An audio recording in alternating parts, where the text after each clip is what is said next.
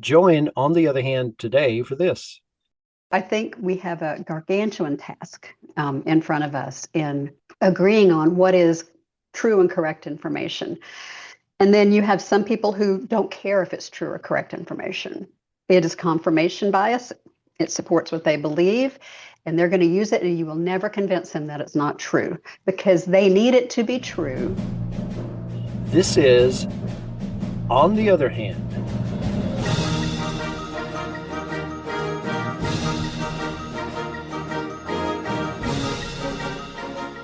A podcast that features community leaders in Arkansas sharing their views and experiences on how to make Arkansas's relationships and communities better.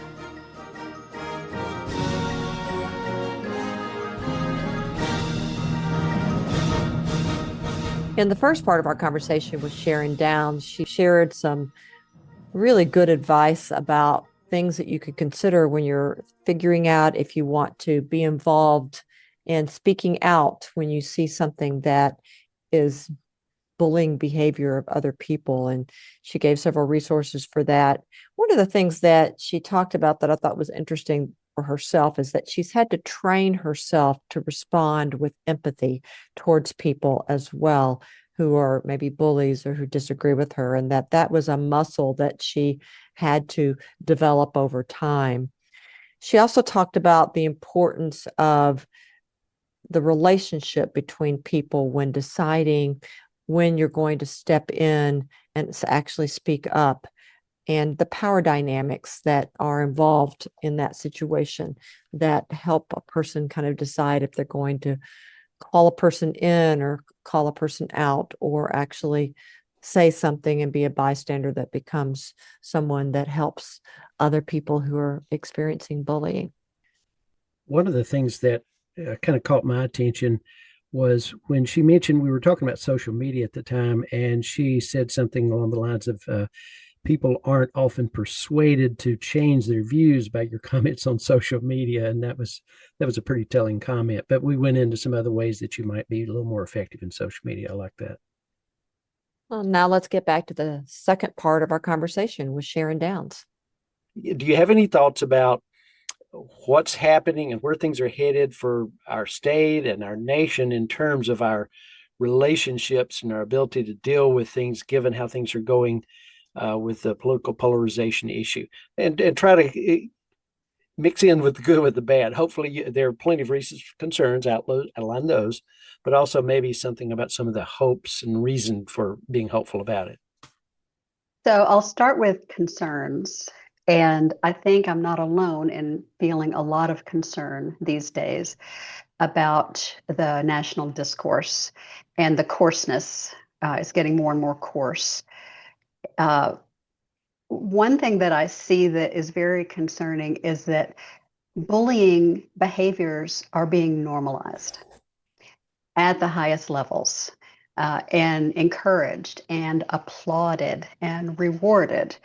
And that makes it very difficult to set expectations locally and in our own communities with people. You used to be able to assume that we could have people on the national level who demonstrate restraint when restraint is needed, and who speak very respectfully of friends and foes. And that we've slipped away from that in this season, and it makes it a lot harder for that to trickle down to other folks. Another concern that I have, and this has been a concern for a lot of us for a long time, is that social media amplifies all of this so far beyond it would be amplified without social media. And the algorithms that social media use reward blasting people and bullying and name calling. You get more likes, you get more follows, all of that stuff. And I think what that does is it rewards outrage and it reduces empathy. And empathy is the critical ingredient in all of us working together, living together in a way that's productive and healthy. Without empathy, not much else is possible. And then we also have anonymity and distance from the people who are doing that. For people who are giving that bullying kind of behavior, you can do so much of that anonymously, or you don't know this person on social, so you can just blast them. Who cares? You'll never meet them. And so we referenced this a little bit earlier, but that makes it so much harder to encourage good behavior, because it's just so easy. And you get that, I don't know, you get that dopamine hit when you can blast somebody on social media and say things that you would never be bold enough to say to them in person. And that dopamine hit is addictive. And it's very hard to convince people. You can't convince someone with a logical argument if they're coming from an emotional reactive space. They're not having a logical, they're not dealing from a place of logic when they're doing these bullying type behaviors. So trying to get to them on a logic basis is not going to work. You've got to figure out a way to address them on the emotional level where they are. Because again, civility has been eroded, and making respectful disagreement is just not as common as it used to be. And so sometimes it feels very heavy around all these issues. I do see a lot of things that make me feel hopeful and encouraged. And sometimes it's hard to focus on those. So I do really want to focus on these. I will say there's a lot more focus these days on dialogue on issues such as bullying, such as mental health, such as respectful discourse. Even though we're not seeing a lot of examples of it, there's a lot more discussion of it in my circles anyway. And I see a lot of that also on the national level, specifically around mental health issues, and all this ties together. In our current setup, institutions are being discouraged from doing anything related to diversity, equity, and inclusion. We know that. However, more and more entities, workplaces, schools are promoting things like bystander intervention and conflict resolution and empathy. These concepts live outside of DEI, but certainly the two intersect quite a bit. If anyone has a problem with DEI, I have a lot to say about that. I won't in this setting, but empathy, bystander intervention, and conflict resolution, I challenge you to find someone who thinks those are bad ideas. So if we can keep the focus on those things, I think it will help.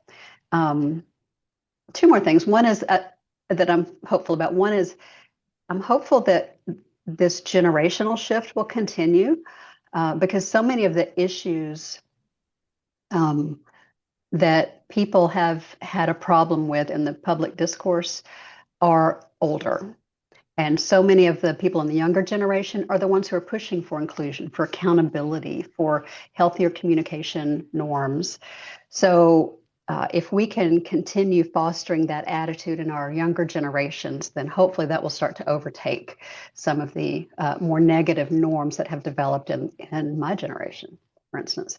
And then also, I do believe social change is possible. It's not fast. It's incremental, but norms can evolve. And right now, the norm is on, discourse in the public square. But I think that norms can evolve with continual efforts on an institutional level and on our interactive one-on-one level. One other thing, and this is just kind of one of those kind of pet peeves of mine, and that's the role of misinformation and disinformation in our society. It's getting worse and worse, and I think that also plays an important role. And so I wonder if you have any thoughts on how you might deal with people who are either deliberately or just unknowingly providing false information in the context of their aggressive actions. This is such a difficult area, because I think there are people who share things on social media and refer to them in personal discussions that they believe are true. They believe it's a legit source of news, and it's a fake. There's so many video fakes now that you just almost can't identify them as being fakes. Videos where a public figure is saying something that, I know for a fact that they never said that, but it's AI generated, for instance. So that's the challenge, is that not only do we as a society no longer get our information from common sources like we used to before the internet. This is way before my time, but Walter Cronkite, most trusted man in America, we all watched the same news program. And so we started from that same point of information. So not only is that no longer the case writ large, there are so many ways that we can get our news in news channels and so many other ways like social media. But on top of that, we have now the false, the AI generated videos and things that can fool people and blow the embers of their outrage even more, because look what that person said who's on the other side, and I can't believe they said it. It's like, well, you shouldn't believe it because it's not true. So I think we have a gargantuan task in front of us in agreeing on what is true and correct information. And then you have some people who don't care if it's true or correct information. It is confirmation bias. It supports what they believe, and they're going to use it, and you will never convince them that it's not true, because they need it to be true to continue on, to justify their past and future behaviors. And so there are some people that it honestly doesn't matter what you say or do, they will not be moved. And I don't know what we can do about folks like that, except continue to promote real sources of information, to continue to push back on what they're saying with some fact-based information, using sources that anyone can pull up. One of my new pet peeves is that people like have these pictures of the new pope with quotes in it, and I'm just like, how do you know he said that? Did you just find that on the internet and post it? There's no way that you know that he actually said that, but people just do that and just blindly assume that, oh, it must be true, so it's on the internet. Yeah, that's so hard to fight because it looks legit. I saw one of those this morning and I almost reposted it. And then I thought, how do I know he said this? It was a great statement. I liked the statement. And it had a picture with it that looked like he was, in South America. And I was like, okay, possibly. How do you know? I mean, so it's difficult. So easy just to repost that and assume that it's true because we like it or because we don't like it, whatever it is that we're doing. One of the things, I mean, we can't control I don't like to use the term rhetoric always in a negative way, but I'm going to use it in this way. It's going to sound negative, but the communication tactics or the rhetoric of our public figures, I don't think we can control that. But what we do have some ability over is what we do with it. Do we do the same thing that we see socially modeled by leaders on both sides? And I think about at the political level in Braver Angels, we working across divisions really requires us to focus on the issues and not on personal name calling. As we were preparing for this interview, coming up with some ideas, like radical left lunatic or knuckle dragging racist does nothing to try to show or prove to the other person that they're wrong. All it does is an emotional language use to try to put someone down. And I do think about what is my responsibility, me as an individual citizen, but as a human being as well, in terms of the current political dialogue that I see happening, and even that comes into like my family dialogues and extended family dialogues and in social media. I don't know what to do sometimes when I find myself getting caught up in that personally, but also what I can do to keep it from getting worse. So any thoughts? I'll give you an example from my family. After Barack Obama was elected, that Thanksgiving, I was with my family, and I would say politically, we're on, myself and almost everyone else are on completely opposite sides of any issue that we would be talking about under the scope of social issues.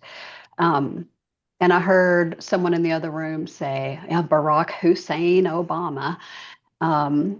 And I heard it and I thought, yeah, I'll dive into that. And so I was on the periphery of the room and I said, I know. I said, Hussein translates to beautiful one. Isn't that a lovely thing to name somebody? And they were all like, oh,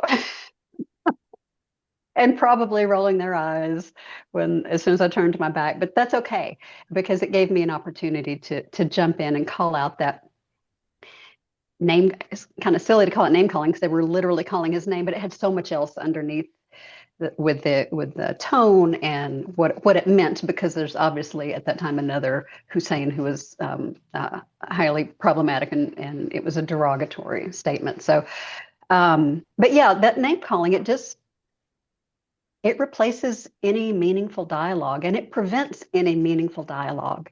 It is just about impossible to engage with someone who's name calling you, or who's putting you down, being dismissive or dehumanizing based on what they're calling you, whether it's like that example, emphasizing Hussein, or whether it's refusing to use someone's pronouns correctly, or their chosen name.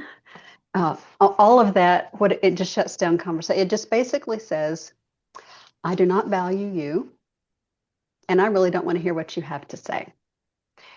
And so it's the opposite of engaging in conversation. It can feel really powerful in the moment to do name calling, but it never leads to anything positive. It's very polarizing. And we're seeing it so much now, again, in online spaces because of all the anonymity. But it's also coded language. So if you were to say something like talking about someone who's trans, for instance, just saying he, she, whatever they are today, that kind of a thing, right? That's very coded, very obvious, but very coded language for, in the scope of things, I am up here and they are down below. They are less than. They are not as valuable as I am because of that group that they're a part of. And so it's completely hurtful, labeling people instead of addressing what their actions are, instead of calling them, knuckle dragging Republicans. I think that's what you said. Instead of that, talking about what the behavior is. The behaviors that I'm seeing from the Republican Party is problematic because XYZ. But by calling them a name, there is zero chance that any Republicans are going to engage with me. I will say real quickly, one thing, you say it doesn't help any, and you're right, but one thing it does do for the person using it sometimes is it rallies the base. It gets arousal from the people who agree with that, and from that standpoint, they may see it as a positive, even though it's maybe not a very morally defensible positive. I completely agree. And I think it's that dopamine hit again that we were talking about. There's just so many rewards to behaving that way that you may not even be able to name. But I agree, it's a rallying point. And I think so much of the name calling that's happening these days is to prove your bona fides. I am on this side and not that side. You can tell by the language that I'm using. Mm-hmm, mm-hmm. So I'm curious. This was not a question I was planning on asking, but as you've been talking about your work with the LGBTQ community as well, and the pronouns, I was thinking about a past conversation that I had with my own sister, in which one of my cousins' kids was transitioning to being another gender, and how she said to me, I'm never going to call them by the pronoun that they want to be called, because I just morally cannot accept that. Now, I knew where she was coming from what our religious background was, our experience, but I didn't know how to to talk to her about respect when she was bringing the more moral argument in. And I'm assuming some of our listeners might have those similar kind of situations. And I mean, I can imagine myself saying kind of what you said earlier is in some of your more reasoned responses with, well, it sounds like this is really hard for you to even hear them talking about their child in this way. I recognize this has got to be hard for them as well. And I wonder what I would be doing if this was my child, and how to actually support and show love. I mean, or would I put this as a line in the sand where I can't have you as my child anymore? What would I do?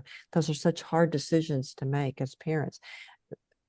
Suggestions, Sharon? When we're kind of caught in this value discussion. And I don't think she ever name called, so we're getting kind of off of the name calling thing, but she would have, in my own conversation, would have said he, she, or whatever they are today. She would have said that to me, not to them. To them. Yeah. Suggestions? I think you hit the nail right on the head when you acknowledge something about their perspective that resonates with you. One of the tactics that Jefferson Fisher talks about that I love is find something to agree with them on. And it can be hard if they say something like what you were just saying. It's hard to find something that you can agree with them on. But it's something as easy as saying, I agree that this is an important issue for us to be discussing because it's complicated. Just by saying I agree oftentimes helps the other person take a step back, take a breath, and listen to what you're going to say. Versus if you would have said, you're being ridiculous, or, you're interpreting the Bible wrong, or whatever it is. So finding something to agree with them on, and then asking questions. Tell me about what makes it feel so wrong for you to use the pronouns that they're giving you. What about that feels wrong? And another one that I'd love to say is, instead of saying, why do you believe that, whatever that is, because that makes people feel defensive, is to say, what led to you coming to that belief? Because then what they're doing is they're talking about their past experiences and how it's informing their current thinking. And that's not anywhere near as defense causing. So then it's basically saying, I want to know more about you and how you came to that conclusion. I'm in a different place. So I want to know, ask questions, be curious about their answers, where they're coming from. And then ideally, they would ask you, how did you come to your perspective? But if they don't, you can offer it. You can just say, I appreciate you sharing that. Your background in the church and the things that you've been taught your whole life. I can see how you're at the point where you are right now on this issue. I've had a different experience with the lessons that I've learned from my church. Would you be open to hearing about how I got to my perspective? And if they say no, you know a lot more about that person in terms of, are you going to ever be able to make progress here? Most people are not going to say no. And if they say yes, then, for instance, I would talk about my background growing up in the Southern Baptist Church and getting very specifically negative messages about the queer community. My 30 years of being in the Presbyterian Church, where I tried to unlearn a lot of the things I learned in the Southern Baptist Church. And now, having joined a cooperative fellowship Baptist church, which, again, in my whole life, I never thought I'd be in a Baptist church, but it's a very affirming church. And the lessons that I'm learning there, and what the lessons that Jesus has taught us.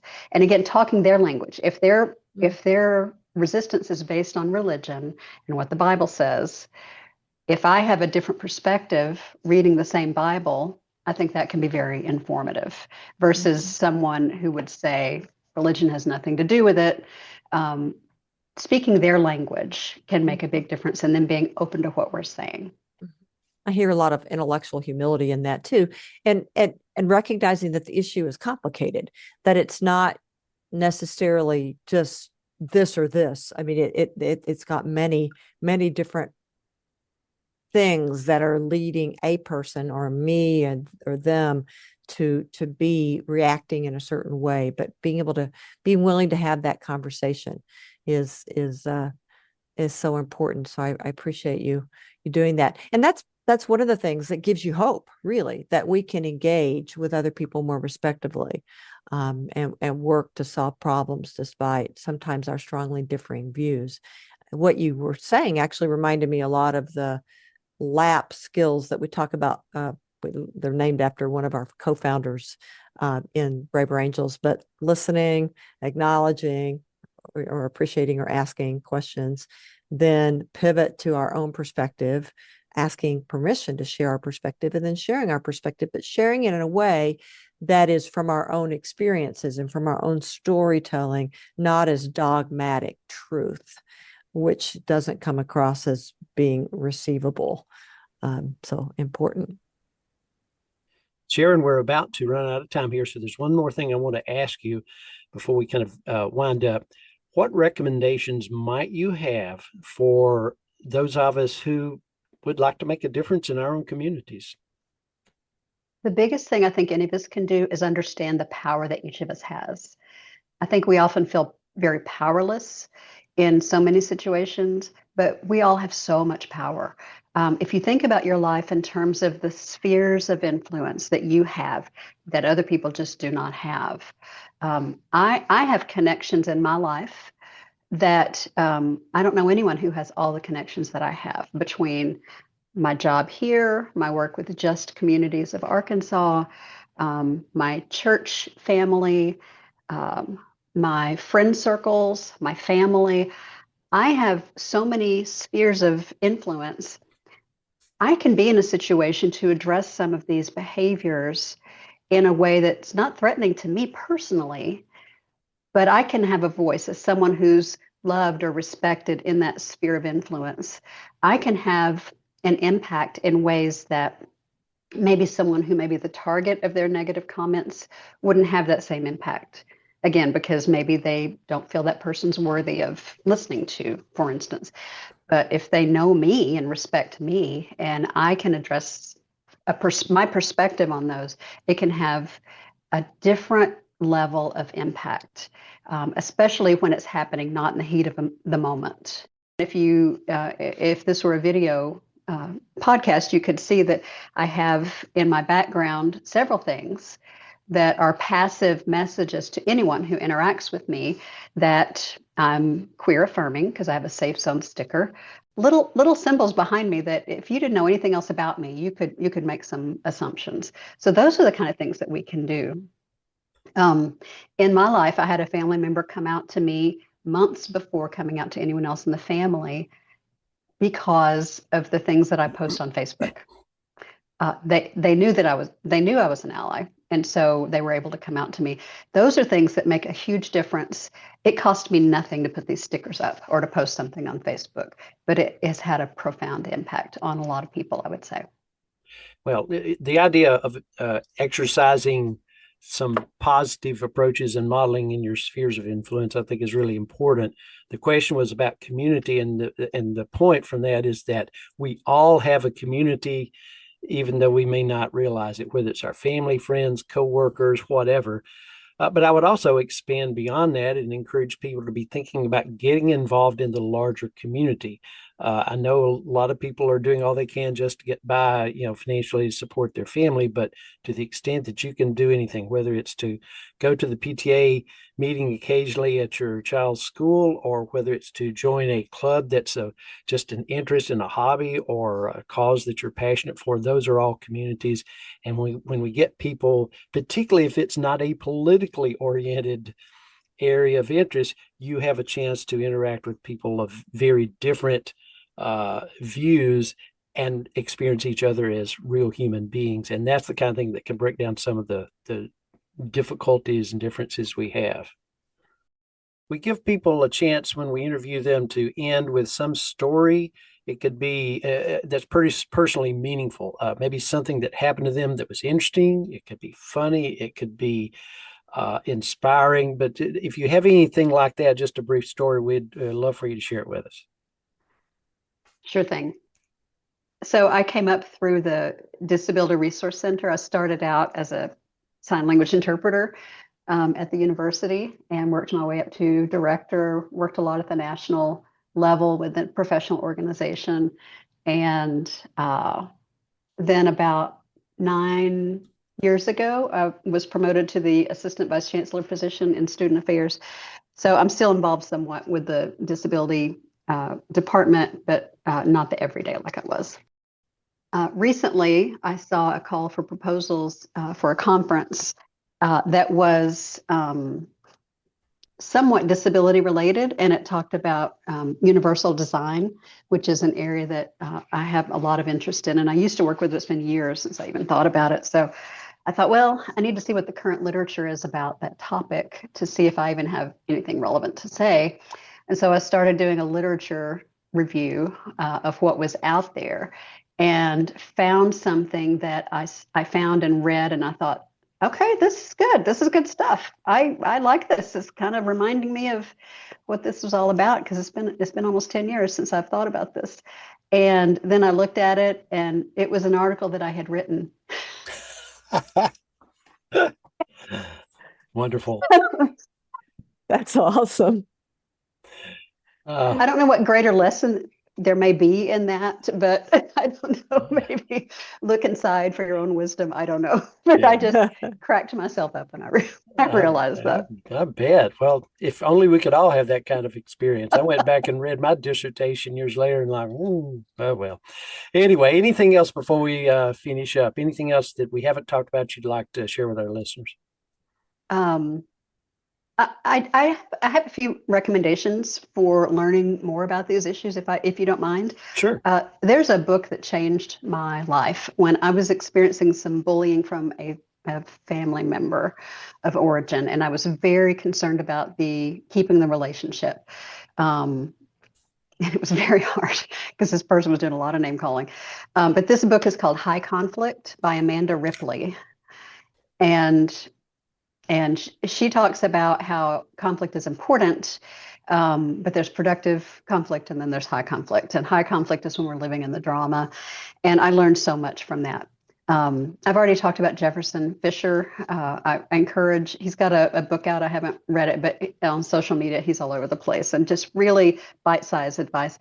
And then another podcast that I just live and breathe by every Monday. I listen to this. It's called The Hidden Brain. With Shankar Vedantam, and it talks, so much of it is about our hidden motivations and why we do the things we do, why we think the things that we do.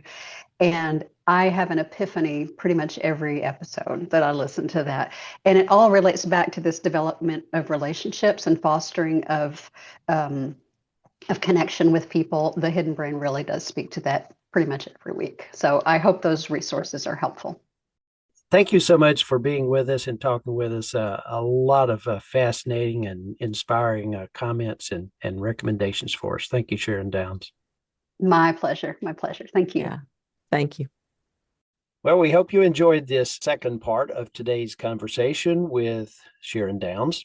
And remember, On the Other Hand offers dozens of interviews with other guests.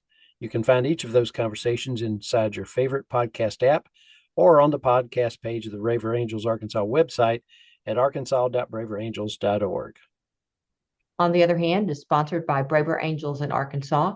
Music was composed by Randall Standridge of Jonesboro, Arkansas, and was performed by the University of Northern Colorado Symphonic Band, Dr. Richard Main, conductor.